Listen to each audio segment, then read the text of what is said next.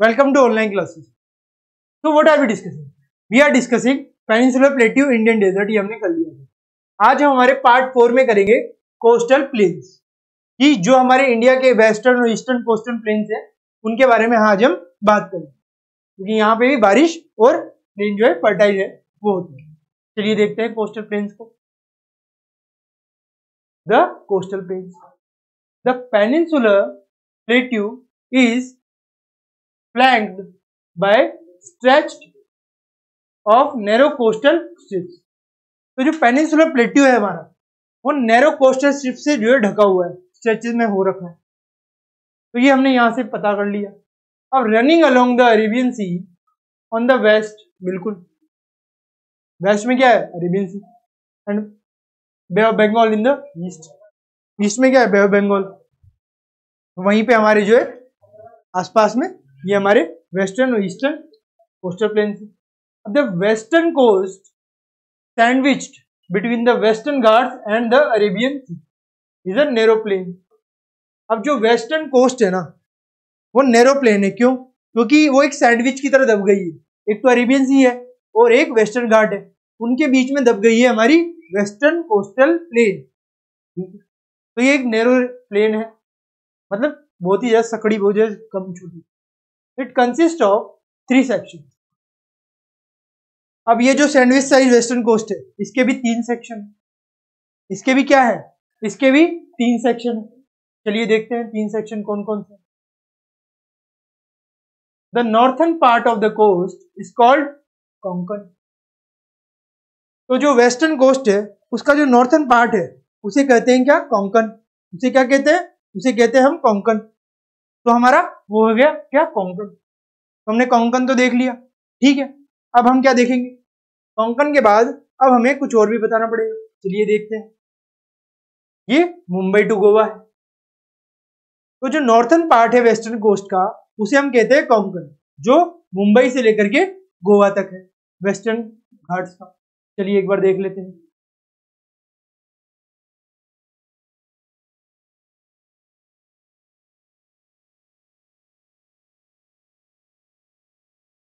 ये जो है हमारा क्या है? Western coast. अब ये जो कोंकण रीजन, ये देखिए ना, कोंकण लिख रहा है यहाँ पे, मुंबई से लेकर के गोवा तक जो है कोंकण रीजन है। ये उसका 3 सेक्शन में पहला सेक्शन है, ठीक है। चलिए ये हमने देख लिया। अब हम आगे चलते हैं। The central stretch is called the Kannad plain. जो सेंट्रल स्ट्रेच है वो कन्नाड़ प्लेन का है। इसका है कन्नाड़ प्लेन। आप जानते हैं उसके अगर हम नीचे जाएंगे गोवा के, तो हमारा कर्नाटका स्टार्ट होता है। कर्नाटका में कन्नाड़ जो है पॉपुलरली लैंग्वेज है वहां पे बोली जाने वाली। So while the southern stretch is refer to as the Malabar coast. और उससे भी साउथर्न जाएंगे तो क्या आएगा? मलाबार कोस्ट, जो केरला के उधर है, ठीक है। तो इस तरीके से हमारा क्या हो गया? ये वेस्टर्न कोस्ट का पार्ट हो गया। अब आगे चलते हैं। इसमें कुछ और भी पॉइंट्स हैं, वो भी देख लेते हैं। The plains along the bay of Bengal are wide and level. अब हम बे ऑफ बंगाल की बात करेंगे, अरेबियन सी वाली तो बात कर ली हमने, वेस्टर्न कोस्ट। अब ईस्टर्न कोस्ट में चलते हैं। चलिए बे ऑफ बंगाल की बात कर रहे हैं। In the northern part of Bay of Bengal it is referred to as the northern Circar, which the southern part is known as the Coromandel coast. तो जो नॉर्थन पार्ट है उसको क्या बोलेंगे? सरकार, और जो इसको बोलेंगे वो क्या? कोरोमंडल कोस्ट। चलिए देख लेते हैं।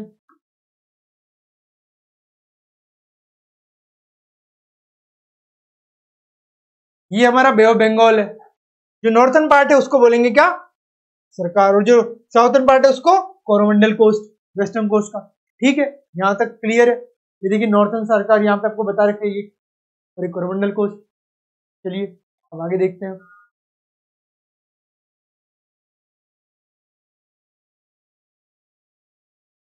Large rivers such as the Mahanadi, large rivers such as the Mahanadi, the Godavari, the Godavari, the Krishna, and the Kaveri have formed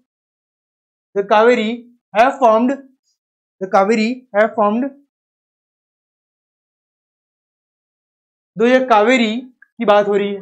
अब यहाँ पे देखो लार्ज रिवर्स जो है महानदी, गोदावरी, कृष्णा, ये जो है रिवर्स और कावेरी ये फॉर्म करती है डेल्टा को। क्या? डेल्टा को फॉर्म करती है। ये सारी रिवर्स मिलके एक डेल्टा को फॉर्म करती है। ठीक है, इस वजह से डेल्टिक रीजन है। ठीक है, कोस्ट पे lake Chilika is an important feature along the eastern. Lake Chilika आप सब जानते होंगे या नहीं जानते तो आप जान लीजिए कि लेक चिलिका जो है उड़ीसा में एक लेक है जो एक फ्रेश वाटर लगून है। अब ये जो है फ्रेश वाटर लेक ये जो है ईस्टर्न कोस्ट पे एक बहुत ज्यादा इंपॉर्टेंट फीचर है। अब ये देखिए फैक्ट बताया हुआ है आपको, Chilika lake is the largest salt water lake in India. ये क्या है? सॉल्ट वाटर लेक है, मतलब इसमें नमक है, फ्रेश वाटर नहीं है। सॉरी फॉर द मिस्टेक, ये सॉल्ट वाटर लेक है। क्या है? Salt water lake. It lies in the state of Odisha. It is south of Mahanadi delta के साउथ में। ठीक है, यहां तक किसी को कोई प्रॉब्लम नहीं है। चलिए आगे चलते हैं। अब हमने क्या देखना है? हमने हमारे कोस्टल प्लेन्स भी देख लिए, ईस्टर्न देख लिया, वेस्टर्न देख लिया, कोस्टल प्लेन्स जो है वो हमने देख लिया है। ठीक है, अब हम क्या देखेंगे? अब हम देखेंगे हमारे आइलैंड्स कि भाई हमारे आइलैंड्स किस तरीके के होते हैं वो हम देखेंगे। You have already seen that India has a vast mainland। बिल्कुल, इंडिया के पास बहुत बड़ा लैंड है। Beside this the countries has two groups of islands. इसके साथ साथ क्या है? इंडिया के पास टू ग्रुप्स ऑफ आइलैंड्स भी है। Can you identify this group of islands? I can, you can, yes you can, क्योंकि हमारे पास सिर्फ दो ही आइलैंड ग्रुप्स हैं।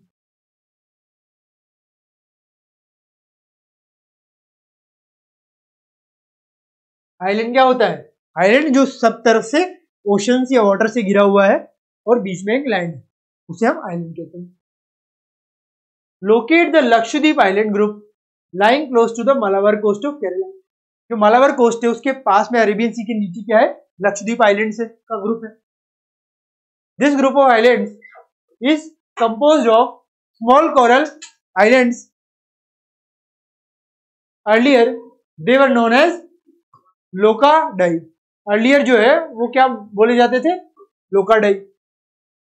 जो लक्षद्वीप आइलैंड्स है उनकी बात चल रही है यहाँ, वो स्मॉल कोरल आइलैंड्स है, वहां पे कोरल रीफ्स मिलती है। उनको पहले हम क्या बोला करते थे? लोकाडाई। उनको हम पहले लोकाडाई बोला करते थे। ठीक है, लोकाडाई हमने देख लिया। मिनिकोय और अमीनदीव, मिनिकोय एंड अमीनदीव भी हम देखते हैं यहाँ पे। एक है क्या? मिनिकोय और एक है अमनदीव। ये अभी ने बोल देते हैं आइलैंड्स को। इन 1973 जब, मगर 1973 में क्या हुआ कि these were named as Lakshadweep. ये जो तीन अलग अलग इसके पार्ट थे ना, मिनिकोय, अमीनदीव, लक्षद्वीप, इन सबको मिला के हमने क्या बोल दिया? लक्षद्वीप। भाई ये सारे के सारे लक्षद्वीप है, ये हमने 1973 में बोल दिया।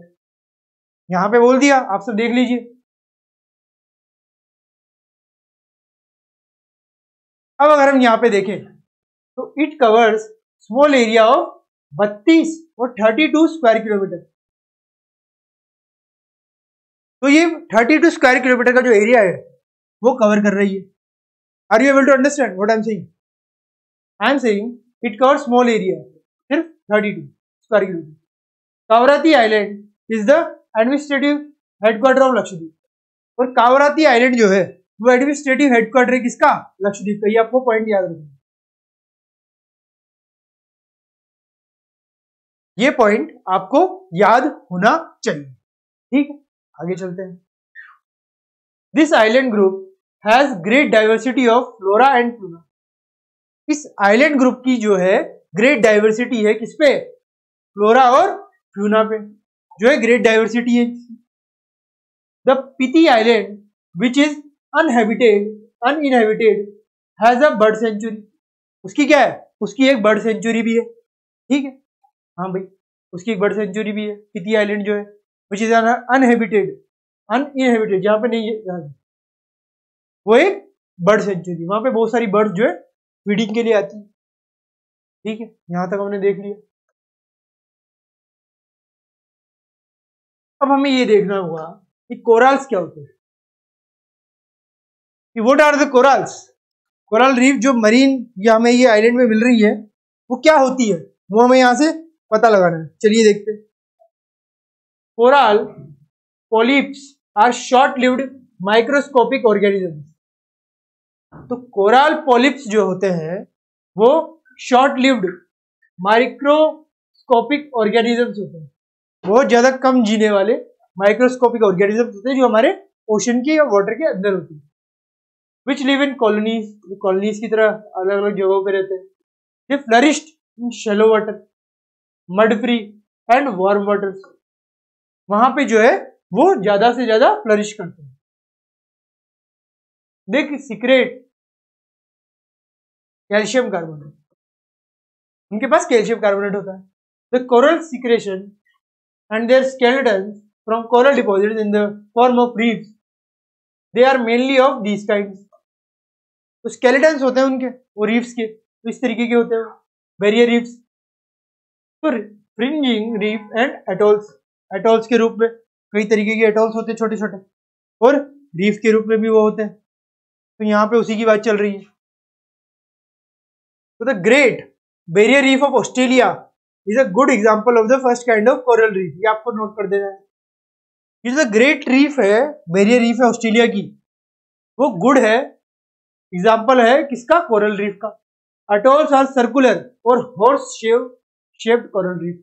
अटोल्स भी एक तरीके कोरल रीफ है जो इस शेप की होती है। ठीक है, ये आपको याद रखनी, ये फैक्ट है, इसमें कोई रॉकेट साइंस नहीं है। चलिए आगे चलते हैं।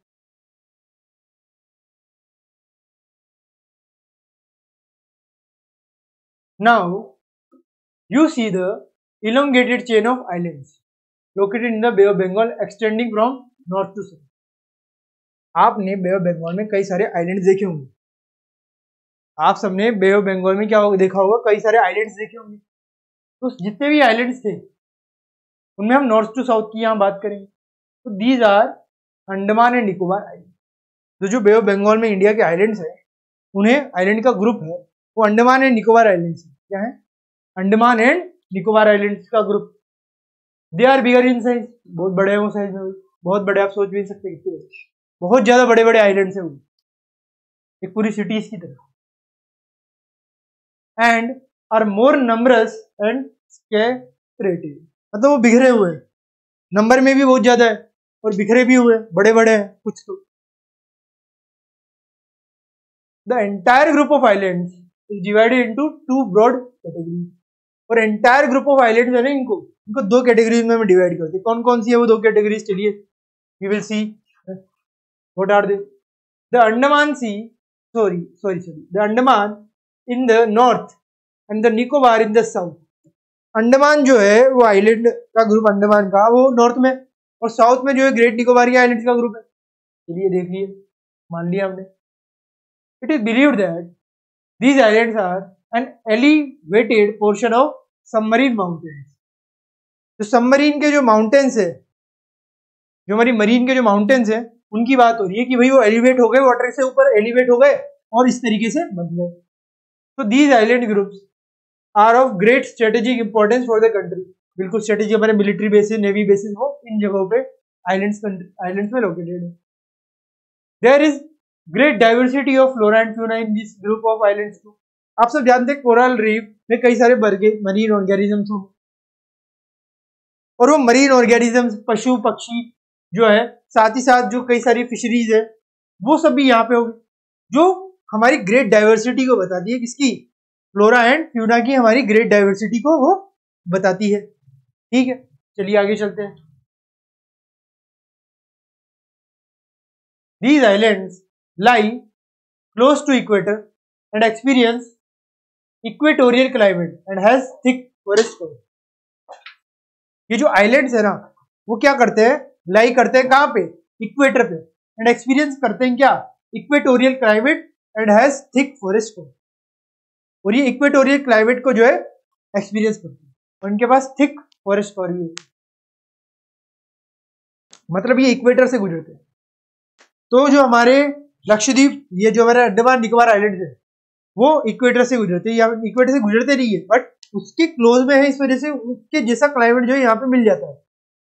और इसी वजह से हमें यहाँ पे फॉरेस्ट मिलते हैं थिक, वो भी। ठीक है, यहाँ तक कोई दिक्कत नहीं है। चलिए आगे चलते हैं।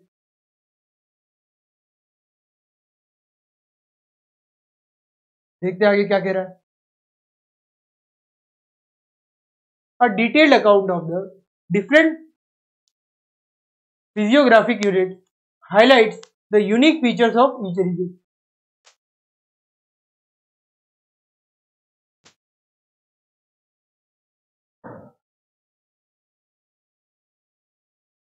तो जो ये यूनिक रीजन है, क्यों? क्योंकि इसमें डिफरेंट तरीके की फिजियोग्राफिक यूनिट्स होती है, फीचर्स होते हैं। It would however be clear that each region complements the other. एक रीजन दूसरे रीजन को कॉम्प्लीमेंट देता है and makes the country richer in its natural resource.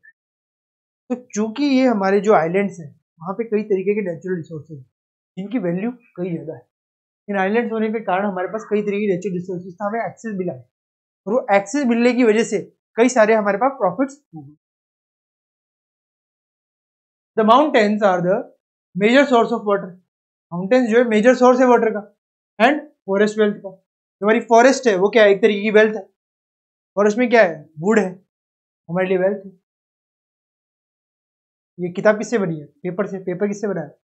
Would से। तो it is wealth. The northern plains are the granaries of the country. आप सब जानते हैं कि जो नॉर्थर्न प्लेन्स है वो क्या? Granaries of the country. Fertile soil है, सब कुछ वहां पे, रेन भी हो रही है अच्छी, सब कुछ सही चल रहा है, तो वहां पे ग्रेनरीज होती है, ग्रीनरी होती है। They provide the base for early civilization. इसी वजह से जितनी भी सिविलाइजेशन हुई वो उसके आसपास ही हुई। जितनी भी सिविलाइजेशन अर्ली सिविलाइजेशन हुई ना, उसके आसपास ही हुई थी। The plateau is a store house of minerals. और नॉर्थर्न प्लेन्स की तो बात कर ली, अब प्लेट्यूज की बात करें तो प्लेट्यू जो है क्या है? स्टोर हाउस है किसका? मिनरल्स का। तुम्हें कई तरीके के जो है मिनरल्स मिलते हैं, which has played a crucial role in the industrialization of the country। तो इस तरीके के जो प्लेट्यूज होते हैं उनमें कई तरीके के मिनरल्स मिलते हैं जो हमारी इंडस्ट्रियलाइजेशन की जरूरी है। आयरन, स्टील इंडस्ट्री हमारे लिए बहुत जरूरी है ताकि हमारा इंडस्ट्रियलाइजेशन आसानी से हो सके। The coastal region and island groups provide sites for fishing and port activities. तो फिशिंग और पोर्ट एक्टिविटीज में ये सारी चीजें होती हैं। फिशिंग और पोर्ट एक्टिविटीज में ये सारी चीजें होती है जो हमने यहाँ पे डिस्कस की। ठीक, चलिए आगे चलते हैं, यहाँ तक किसी को कोई परेशानी नहीं है। Thus, the diverse physical features of the land have immense future possibilities of development. Thus, the diverse physical features of the land have immense future possibilities of development. इसी वजह से क्या है कि जो हमारा लैंड है जो डाइवर्स है, physical features of land diverse है, जो इमेंस फ्यूचर पॉसिबिलिटीज है। तो डाइवर्सिटी है तो हमारे पास पॉसिबिलिटी भी ज्यादा है। डाइवर्सिटी होने का फायदा क्या है? डाइवर्सिटी होने का फायदा ये है कि हमारे पास पॉसिबिलिटी जो है वो बढ़ गई है, हमारे पास हर तरीके की चीज अवेलेबल है।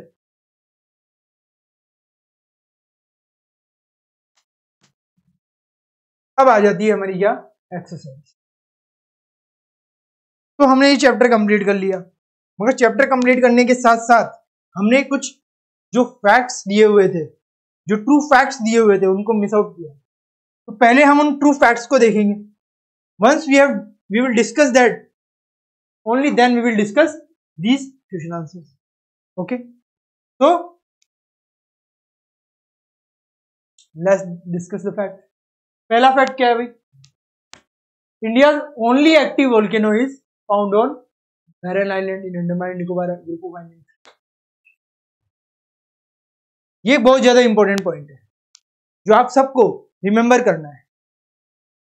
क्या कि भाई जो इंडिया का ओनली एक्टिव वोल्केनो है, ओनली दिख रहा है यहां पे, ये बहुत ज्यादा इंपॉर्टेंट वर्ड है कि सिर्फ यही है। Only active volcano is found on baron Island, जो कहां पे है? Andaman and Nicobar group of islands, जो Andaman and Nicobar group of islands में है। ठीक है, बैरन आइलैंड हमने देख लिया। अब चलिए एक आगे देख लेते हैं। तो ये बैरल आइलैंड आपको याद होना चाहिए, Andaman and Nicobar group of islands में। चलिए अब हमारा एक और ट्रू फैक्ट देख लेते हैं, ये हमने देख लिया था चिलिका लेक का। चलिए हमने ये सब भी देख लिया, तो हमारे सारे के सारे ट्रू फैक्ट जो है कंप्लीट हो गए। अब हमें हमारे क्वेश्चन आंसर्स पे फोकस करना कि अब हम ये क्वेश्चन आंसर सॉल्व करेंगे। इनमें कुछ क्वेश्चन आंसर्स तो अभी हो जाएंगे, कुछ क्वेश्चन आंसर्स मैं आपको होमवर्क में दूंगा, ठीक है। तो वन बाय वन हम ये डिस्कस करते हैं। फर्स्ट क्वेश्चन क्या है, चलिए इसमें वैसे टिक करना है आंसर को।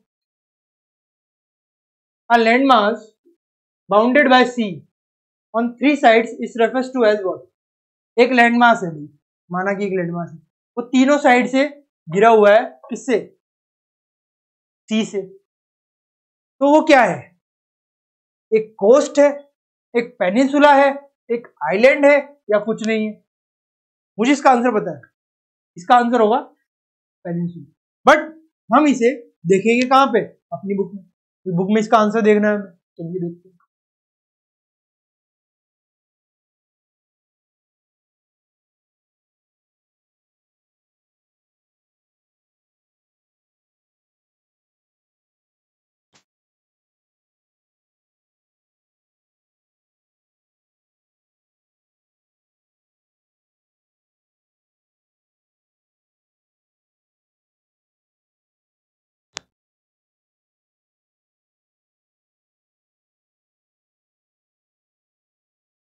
ये आप देख रहे हैं, ये पूरा यहां से यहां तक का ये जो है हमारा पेनिनसुला है। तो जो भी 3 सीज से होके गुजर जाए ना, उसको हम पेनिनसुला कहते हैं। हमने तभी तो देखा था पेनिनसुला में, ये डेक्कन प्लेट्यू देखा था हमने, ठीक है। उसके ईस्टवर्ड साउथवर्ड हमने देखा था, तो ये डेक्कन प्लेट्यू हमने ये पेनिनसुला में ही तो देखा था, पेनिनसुला प्लेट्यू। तो ये एक तरीके से पेनिनसुला है, ठीक है, जिसमें ये हमारा डेक्कन प्लेट्यू भी है और इसके नॉर्थ में इधर है, ठीक है। तो ये हमारा क्या हो गया, पेनिनसुला। तो हमारा आंसर क्या हो गया, पेनिनसुला,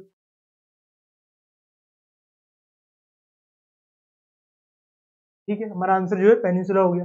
अब हम हमारा क्या करेंगे, सेकंड क्वेश्चन करेंगे, ठीक है। क्या करेंगे, सेकंड क्वेश्चन। तो सेकंड क्वेश्चन क्या है, तो ये देखते हैं। Mountain ranges in the eastern part of India forming its boundary with Myanmar are collectively called what? The mountain ranges in the eastern part. तो ईस्टर्न पार्ट में कौन सी माउंटेन रेंज है, forming its boundary with Myanmar के साथ boundary लगानी जरूरी है। Are collectively called what, Purvanchal, Himachal, Himachal तो हो नहीं सकता, उत्तराखंड भी नहीं हो सकता, बचा क्या पूर्वांचल। नन ऑफ दिस क्यों करेंगे, क्योंकि पूर्वांचल मैंने आपको बताया बैंड कर जाता है, जो वहां पे हमारी जो दिहांग रिवर है वहां से बैंड हो जाता है हिमालय नीचे की तरफ। तो आंसर हमारा पूर्वांचल हो गया। अब ये हमने किस में देखा था, हमने हिमालयाज में देखा था। चलिए हिमालयाज में चलते, वहां पे हमें इसका आंसर मिल जाएगा।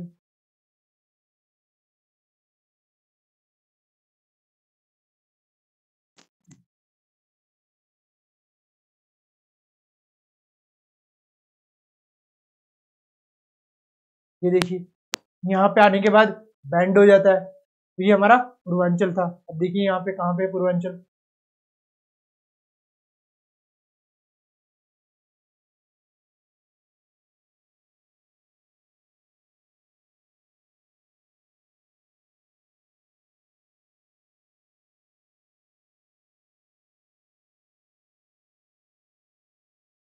ये देखिए पूर्वांचल के बारे में यहाँ पे बात करी जा रही है।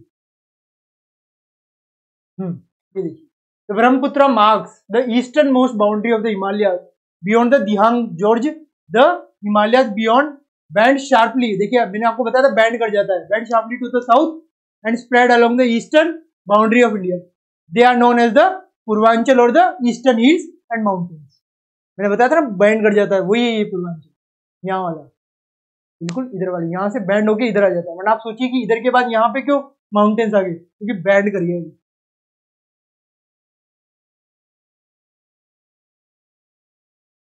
हमारा पूर्वांचल इसका आंसर होगा, ठीक है। अब हमारा third question, the western coastal strip south of Goa is refer to as what. आप सब इसका देखिए क्या हो सकता है इसका आंसर, इसका आंसर हो सकता है the western coastal strip south of Goa is referred to as. तो एक तो सबसे पहले वेस्ट में यहाँ पे होगा, ईस्ट यहाँ पे, ठीक है, वेस्ट में, और कोस्टल होना चाहिए, और स्ट्रिप होना चाहिए क्या है, south of Goa, is referred to as what, Konkan, Coromandel, Kanara, what, Coromandel हो नहीं सकता, कोरोमंडल ईस्टवर्ड है, मैंने आपको बताया, कनाडा हो नहीं सकता, कर्नाटका के उधर है। अब ये कोंकण हमें बताना है कि क्या है, ये कोंकण है, तो हमें साउथ ऑफ गोवा बताना है, तो कोंकण में ही आ जाता है ये, तो कोंकण हमारा आंसर है, बट हम बुक में बताते हैं आप।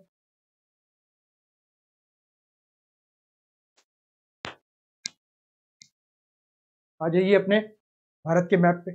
अब यहाँ देखिए, ये है हमारा कोंकण, साउथ ऑफ महाराष्ट्र, महाराष्ट्र के नीचे ही आता है गोवा, तो साउथ ऑफ गोवा कोंकण आ गया, तो हमारा आंसर क्या आ गया, कोंकण।